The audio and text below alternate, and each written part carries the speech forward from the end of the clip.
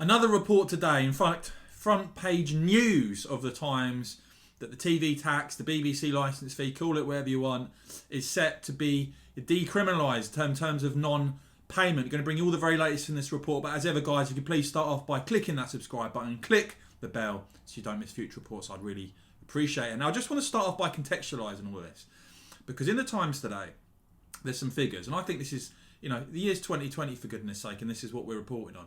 In 2018, a total of 129,446 people in England were prosecuted for not having a TV licence in 2018.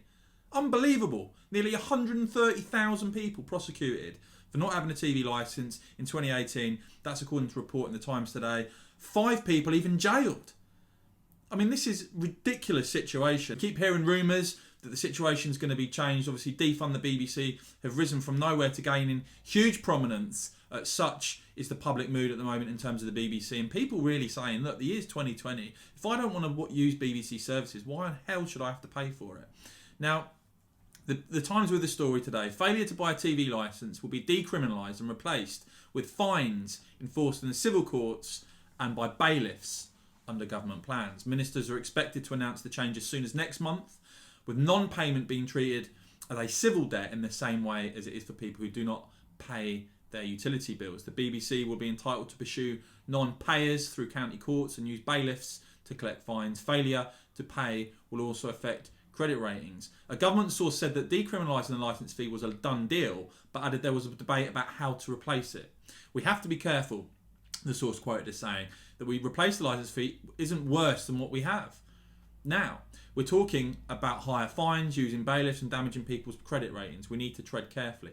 Well, absolutely. And again, we need to avoid is replacing, decriminalising the licence fee with something that hits people even harder. And it's all well and good, isn't it, time and time again, about making radical changes. And I touched at the weekend about the rumoured appointment of Lord Moore, Charles Moore, a BBC critic, to become the new chairman of the BBC. Well, it's all good talking about that and it being rumoured and it being briefed out, but let's see what actually happens. And it's a similar case here, isn't it? It's all well and good talking about decriminalising non-payment of the BBC licence fee. Number one, is it actually going to happen? Number two, what is it replaced with? Should people really be hit hard because they don't want to pay a BBC licence fee?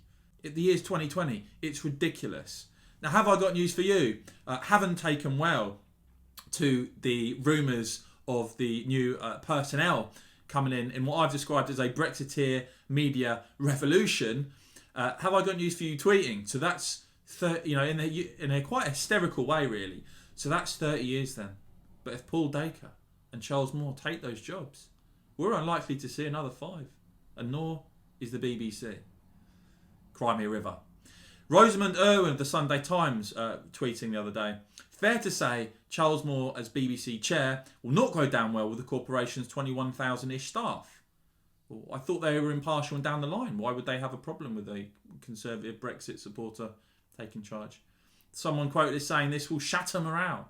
People will leave, thinking, I won't stay working here under Thatcher's vicar on earth. And isn't it funny time and time again when you see these sorts of quotes, all it actually does is reconfirm the left-wing London-centric mentality that is within the BBC. The fact is, people voted for a Conservative government with Boris Johnson as Prime Minister, and lefties just absolutely freak out as soon as the suggestion of anyone vaguely conservatively minded is going to get appointed to any of these roles. It's quite bizarre, isn't it? Now, The Sun also reporting on this story of the licence fee being decriminalised.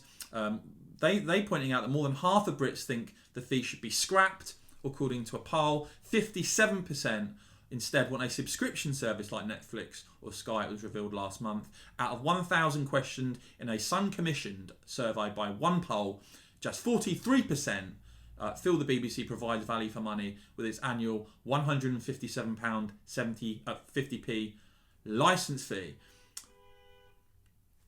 And the Mail on Sunday with a story that the BBC is facing a major TV licence rebellion from pensioners who are steadfastly refusing to pay the fee despite the threat of jail sentences. The Mail on Sunday has been inundated, they say, with hundreds of emails and letters from those aged 75 and over voicing their fury at just having been ordered to pay this £157.50 a year to watch television.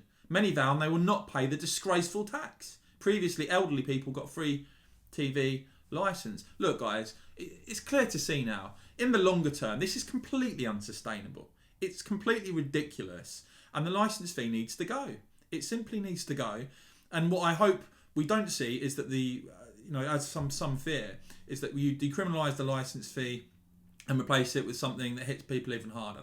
Hit people with penalties that are even harder. That should not be allowed to happen. But people shouldn't be forced to pay for this. And if the BBC's content's half as good as they say it is, they'll have no problem raising the funds, will they? Although I suspect they'll struggle a lot more than they think they will in terms of who would voluntarily pay the licence fee. So to me, this could be the beginning of the end in terms of decriminalisation of the licence fee. But the proof is in the pudding.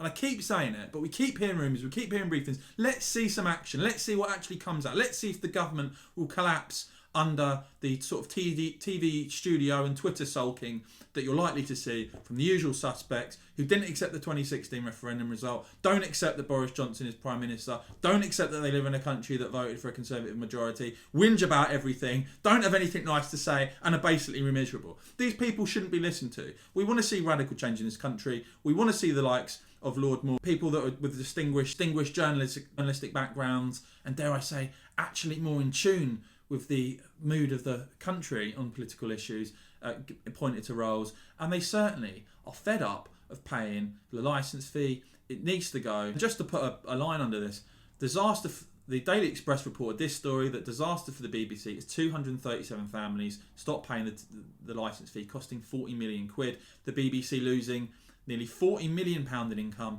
as 237,000 less households are paying the licence fee than they did the previous year, and that, of course, as the number of households rises at the same time. This whole thing's ridiculous. The compulsory licence fee is from a bygone era and needs to be put out to pasture, in my opinion. And I certainly hope that decriminalisation of the licence fee is the beginning of that process.